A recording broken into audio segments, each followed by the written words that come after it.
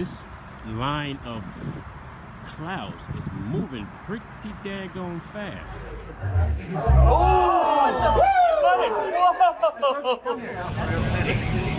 RAF may say that bombing rates were suicide, but General Ira Aker.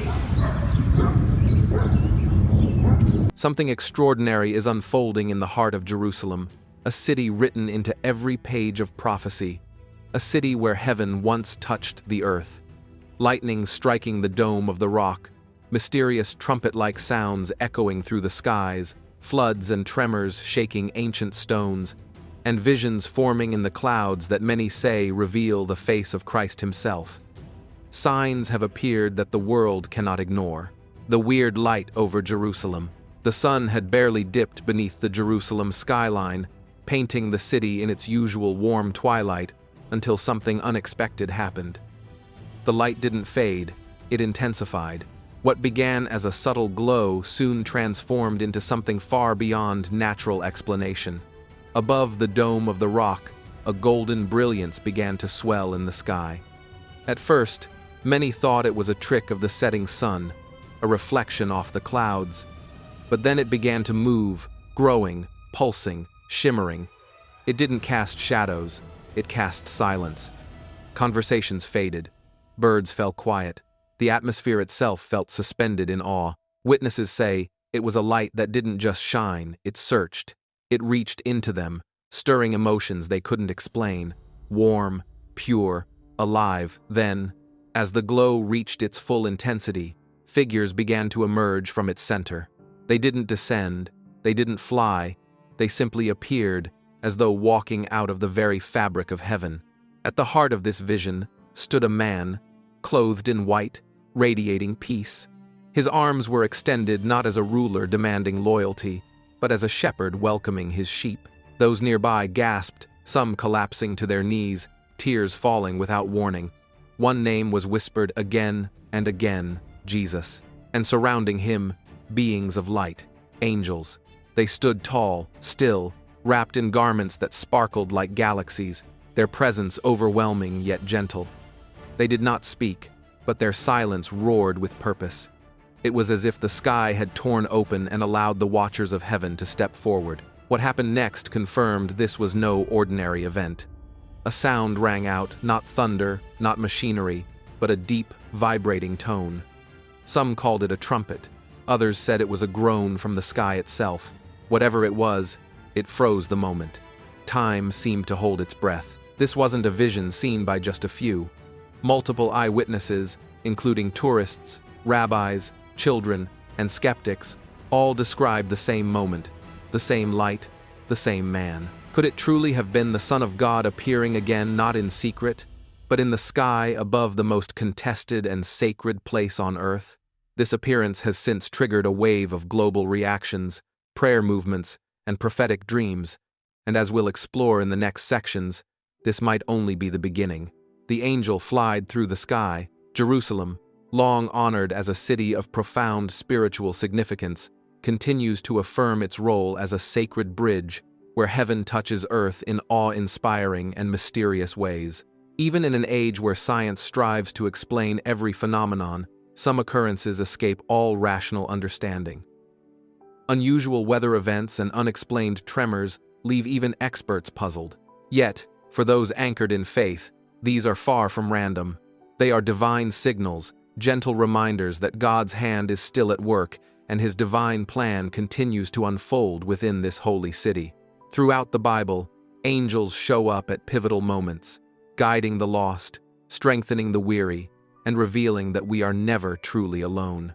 Not San Francisco, not Los Angeles, not Moscow, not Paris, but Jerusalem would be at the heart of end-time events. And in the darkest of times, God sent hope to Israel. God sent the people of Israel someone who could protect and guide them on his behalf.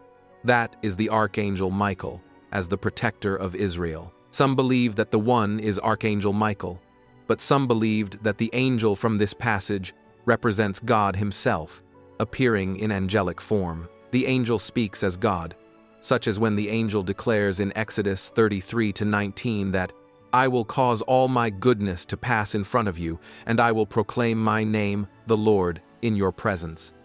I will have mercy on whom I will have mercy, and I will have compassion on whom I will have compassion. The identity of the presence that went with the children of Israel is both the Lord and the angel of God. This angel was definitely a cut above ordinary angels, for God's very name was in him. Also, he could forgive sins, and who can forgive sins but God alone?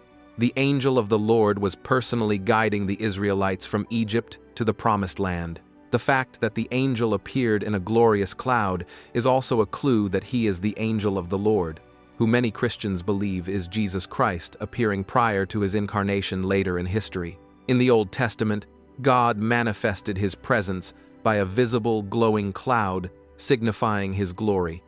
Israel was led by a pillar of fire and a cloud. In the New Testament, Jesus Christ was often accompanied by the same type of cloud. Revelation 1-7 says, "Behold, he is coming with clouds, and every eye will see him, even they who pierced him." Jesus was clothed in a cloud like this the last time the Apostle John saw him ascend into heaven. And John heard the angels who spoke with the apostles say that Jesus would return in like manner. Jeremiah writes in What the Bible Says About Angels, "It seems highly possible that in the Old Testament, Christ came to earth in the form of an angel, the greatest angel, the strange sound, inclusive Jerusalem." Before any figure appeared in the skies, something strange was already unfolding above Jerusalem. It began with a single streak of silver light, thin and sharp, slicing through the clouded sky above the Temple Mount. It wasn't fast like a meteor. It didn't burn out in a flash. Instead, it moved slowly, deliberately, almost as if guided by an unseen hand.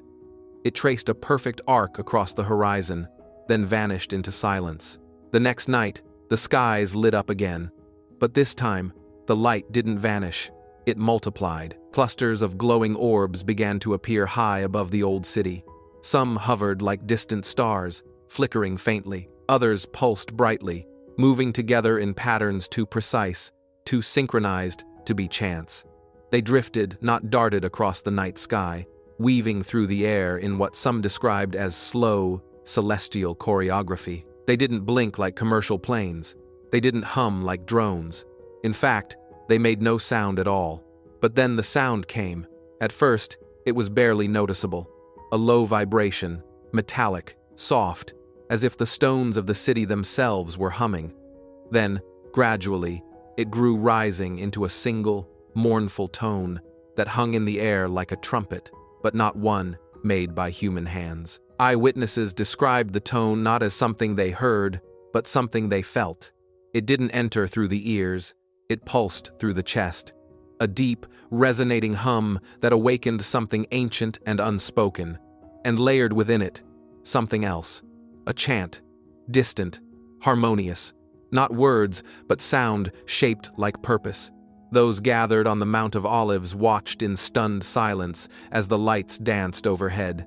Some reported the lights descending gently toward the hillside, never touching the ground, but wrapping the landscape in what one man called a flame that did not burn. Another described it as being enfolded by light, alive, sentient, watching. Children cried. Elders dropped to their knees. A few lifted their hands in silent praise. This was no ordinary sky, no simple weather phenomenon, no misidentified military craft. It was something else, something sacred, and all of it was happening on the very spot. Scripture says Jesus will return to where his feet will once again touch the earth. Many people believe that this hum is the sound of a trumpet. But some people object, saying that the trumpet's sound will be louder and clearer while the hum is low, feeling like it is suppressing something. But those who have the opinion that it is a trumpet think differently. They say that, although this sound is not clearly the sound of a trumpet, but because you cannot hear it clearly, how do you know it is not the sound of a trumpet? Maybe it's letting us hear it in a different form. If this is truly the sound of a trumpet, then it is very likely that this is a sign of the last days. When God gave the law on Mount Sinai, his presence was accompanied by a very loud trumpet blast, causing everyone in the camp to tremble. It later intensified, and the sound of the trumpet grew louder and louder. The rapture of the church will occur at a time when the trumpet will sound, the dead will be raised imperishable, and we will be changed. Jesus said that at his second coming, he will send his angels with a loud trumpet call, and they will gather his elect from the four winds. Jesus also spoke of fearful events and great signs from heaven, and during the tribulation, there are 7 angels who had the 7 trumpets. Every time one of these angels blows a trumpet, a new judgment befalls the earth. Those who look for a harbinger of the end times often refer to the sky trumpets as trumpets of the apocalypse. However, we know that these sounds, whatever they are not the last trumpet mentioned in 1 Corinthians 15:52, because the rapture has not yet occurred. We also know that the sounds cannot be the 7 trumpets of Revelation, because the tribulation is not yet upon us. The most probable explanations for the sky trumpets, biblically, would be that they are either natural or man-made. Whether these unidentified sounds are the work of pranksters, the effect of changes to our planet's magnetic field, or the evidence of a sinister global plot, the fact remains that we just don't know. No one knows for sure what part, if any, sky trumpets will have in the end times. We do know this. The days before the rapture will be characterized by increasing wickedness and widespread false teaching. After the rapture, the deception and wickedness will grow even worse. The only way to escape this confusion is to be born again and live in hope of the imminent coming of Jesus Christ for the church. The third temple is rebuilt. The third temple, the temple of God in Jerusalem, holds significant importance in both biblical history and prophecy. After the second temple was destroyed in AD 70, the current temple no longer exists in Jerusalem. People wondered when and if it will be rebuilt. Many conclude that the temple must be rebuilt before end-time sacrifices are halted, as prophesied in Daniel 12:1. What does the Bible say about the third temple and when it might be built? After the destruction of Solomon's temple, the Jews were subjected to 70 years of captivity in Babylon. Afterward, God began the process of returning them to their homeland to rebuild. The construction of the third temple is the element of the ingathering of the exiles. It's the key. It comes time for all the Jewish people to return to their land. The temple needed to be built first. Under Ezra's guidance, a group of Jews returned to Jerusalem and resumed sacrifices to God. These sacrifices were performed before work had even begun on the second temple. This shows that only an altar is necessary for sacrifices to be offered. A temple is not a requirement. In Ezekiel 40:48, we read about a vision of a future temple. The vision is recorded after the destruction of the first temple and before the construction of the second temple. The second temple was not a fulfillment of this vision because it did not have the physical features described by Ezekiel. So, some connect this with the prophecy of the sacrifices being stopped and conclude that there will be a temple built in Jerusalem before Christ's return. But, as we have seen, the sacrifices don't require a temple. When you study the description of Ezekiel's temple, it becomes clear that this is a structure that will be built after Jesus returns. These prophecies clearly describe a temple to be built during the millennial reign of Christ on earth, not a temple built by human beings in this age. When God decides that the underlying causes have been resolved and it's time to bring the Jewish people back to their land and get His world back in order, changes will occur that will allow us to peacefully start construction. Once the temple is up and running, all of humanity will be uplifted and attracted to it, and Jews will appear out of the woodwork to return. That, in turn, will serve as the catalyst for world peace. The Messianic era is not just a change in demographics, it's a quantum leap in the way human beings perceive their world. Once that change has occurred, things that seem absurd to us today will appear perfectly reasonable. So, just as we cannot imagine world peace until it comes, the same with the building of the third temple. Nevertheless, let's attempt to get at least a glimpse of what's behind this idea. How is building the temple in Jerusalem a prerequisite to collecting all Jews? And how does the ingathering of the exiles promote world peace? What's the connection? The Bible mentions that some end-times events will occur in a temple in Jerusalem. 2 Thessalonians 2:4, speaking of the Antichrist, tells us, "He will oppose and will exalt himself over everything that is called God or is worshipped, so that he sets himself up in God's temple, proclaiming himself to be God." Before the end times can occur, a temple must be present for these events to occur in. The Islamic Dome of the Rock is on the site where the Jewish temple is supposed to be. Muslims believe this is the place from which Muhammad ascended into heaven, making it the third most sacred of Muslim shrines. For the Jews to take over this place and build a temple upon it would be unthinkable in today's political climate. But during the tribulation, the building of the temple will come about, protected by the Antichrist. When we see the temple being constructed, we can be sure the end times are indeed upon us. The Antichrist will be reigning, the church will already have been raptured, and the first half of the tribulation will have passed. But there will still be time for people to come to Christ for salvation. With the constant turmoil always threatening stability in the Middle East, many Bible commentators are speculating louder than ever about whether the Jewish temple will be rebuilt in the months and years to come.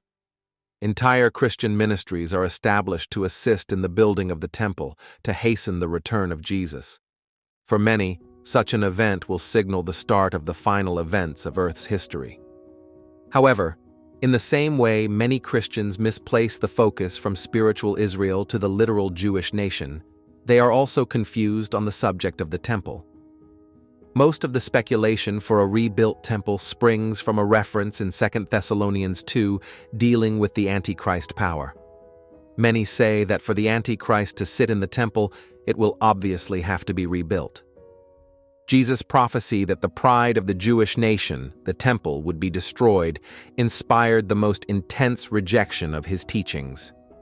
In John 2:19, Jesus says, "Destroy this temple, and in 3 days I will raise it up." Of course, Jesus is speaking of rebuilding a temple, not of stone and nails, but of living stones. Yet many refused to grasp this teaching. They even mocked Jesus on the cross regarding his prophecy. Yet when Jesus died, the veil in the earthly temple ripped in two from the top to bottom, signifying that the temple no longer held meaning. A temple for sacrifice today would be as useless as it was then, and it would not be the house of God. The New Testament is replete with the idea that the temple is the body of Jesus. Ephesians chapter 2, verses 19 to 22 says, "Consequently, you are no longer foreigners and strangers, but fellow citizens with God's people and also members of his household, built on the foundation of the apostles and prophets, with Christ Jesus himself as the chief cornerstone. In him, the whole building is joined together and rises to become a holy temple in the Lord. And in him, you too are being built together to become a dwelling in which God lives by his Spirit." Even after God provides all this clear evidence that his temple is a spiritual one, many Christians are waiting for the Jews to receive a construction permit to rebuild a physical temple on the site where a Muslim mosque now sits. But the question is, does Israel really want to rebuild the temple? Many hints show the answer is no. Israel is not trying to build the third temple for the following reasons. There isn't a unanimous agreement as to where the exact location of the Jerusalem temple is. Most Jewish religious authorities and a small majority of archaeologists believe that the location of the temple is on the site where the Dome of the Rock lies. Still, some archaeologists believe that the Western Wall and the Al-Aqsa Mosque complex are not the place where the Second Temple stood. They theorize that this location was a Roman fort known as Fort Antonia.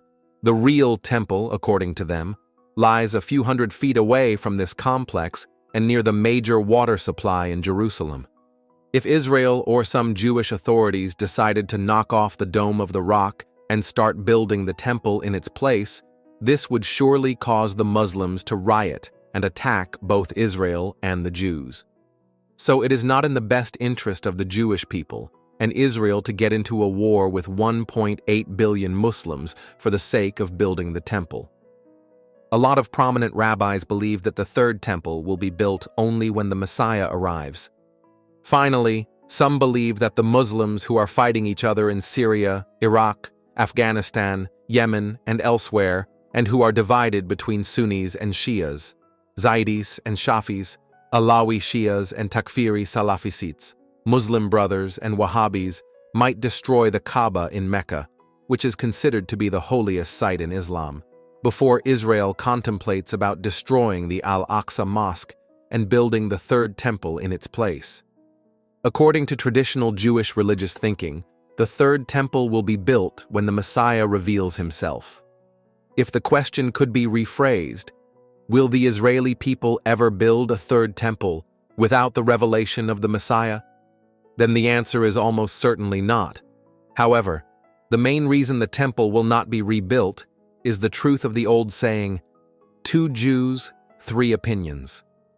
It took 28 years to build the main bus terminal in Tel Aviv. Without divine intervention, there is every reason to expect building the third temple will take even longer and be far more contentious. Pretty hard to build the temple in secret, considering it is the most watched place on the planet. So if that day comes, the whole world will know about it. God promises to Jerusalem. There are 2 important passages in the Bible where God promises to bless those who support Jerusalem and to curse those who do not. The first one is found in Genesis 12, 1-3. In this passage, God gives Abraham promises. God promises Abraham land. The first part of God's promise to Abraham was land. Today, the land is called Israel. This promise is repeated in Genesis 15 and 17. Exodus 23, 28-31 describes the boundary of the land as extending from the Red Sea to the wilderness of the Euphrates River. A more detailed description of the Promised Land is given in Numbers 34, 1-13. God promises to make Abraham a nation. The second part of the promise to Abraham was that he, through his descendants, would become a nation. This promise is repeated in Genesis 17, 4. Israel became a great nation after they left Egypt. Today, they occupy only part of the land that God had promised to them. But someday God will give them all of the land that he promised. Christ will be ruling in this kingdom as the King of Israel. God promises to bless and protect.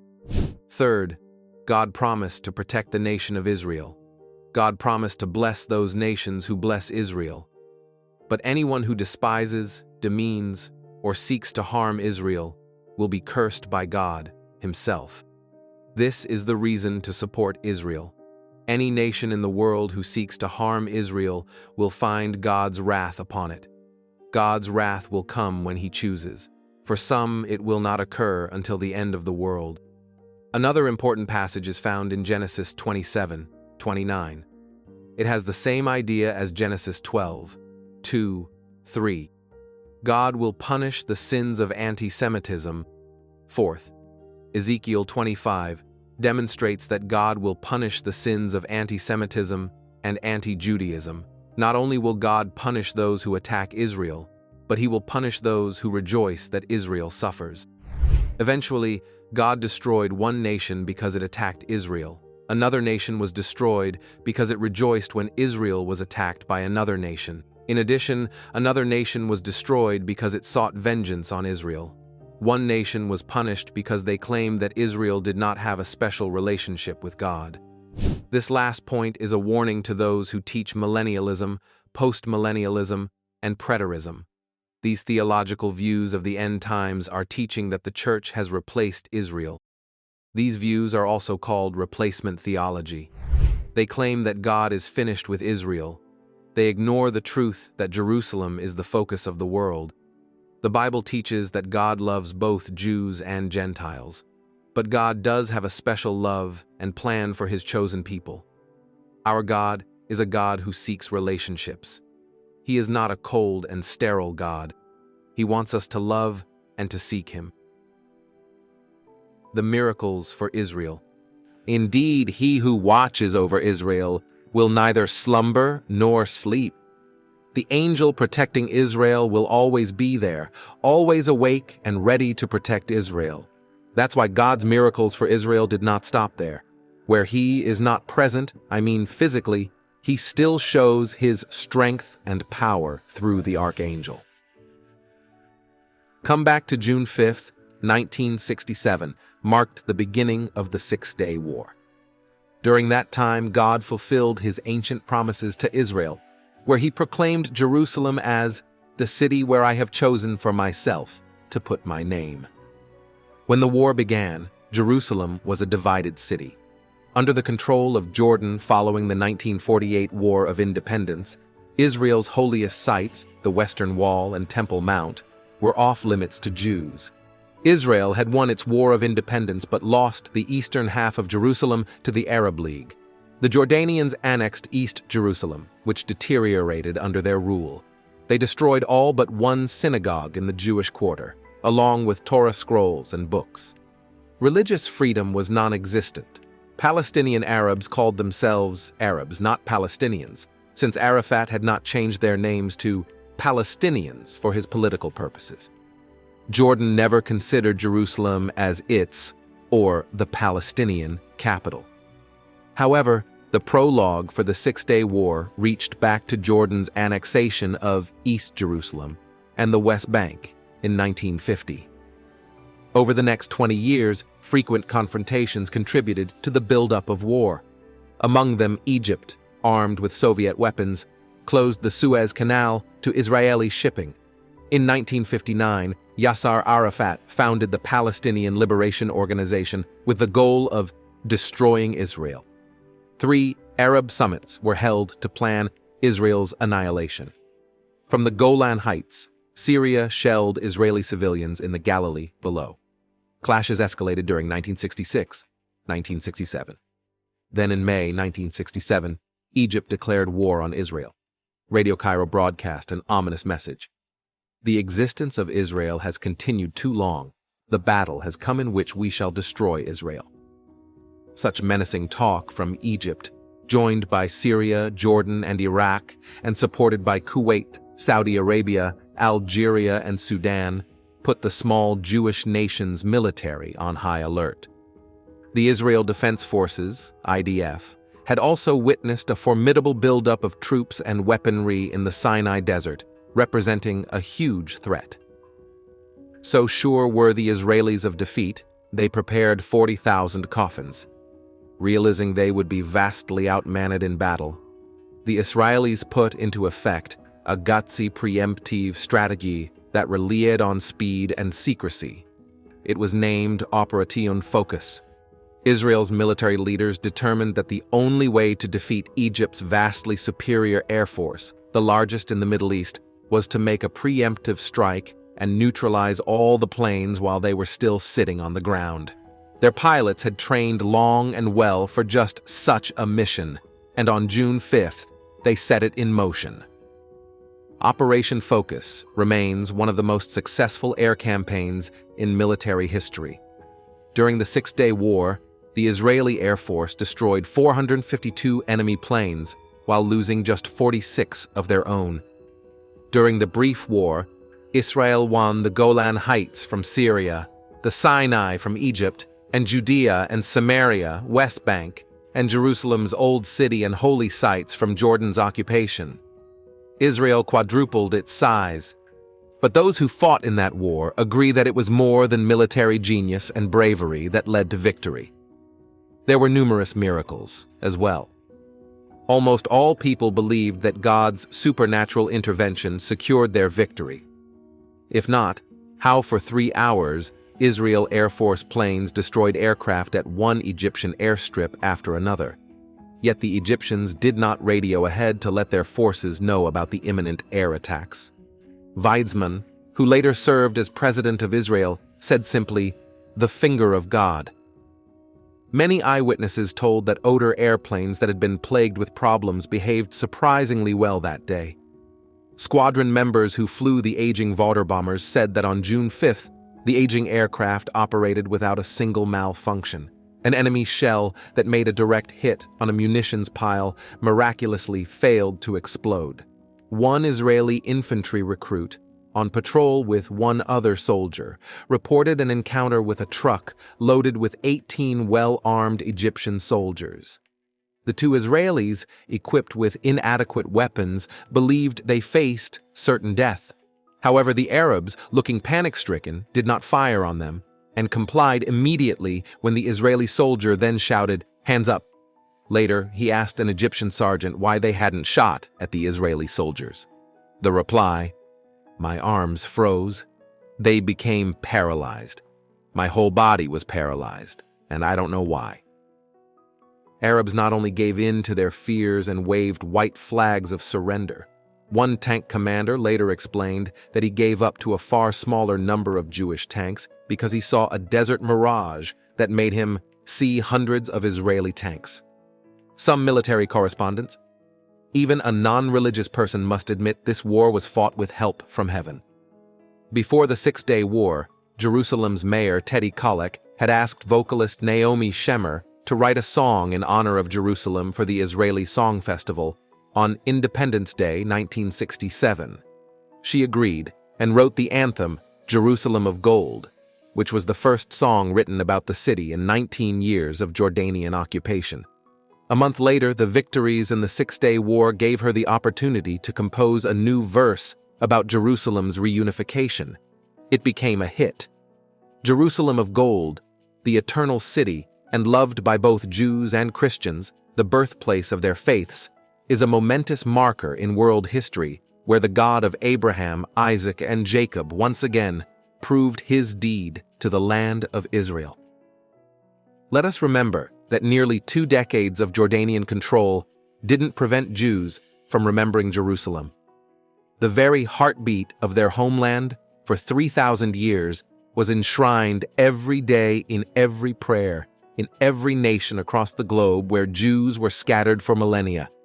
Just ask, without the hand of God and the protection of Archangel Michael, how could Israel have turned defeat into victory in such a majestic way?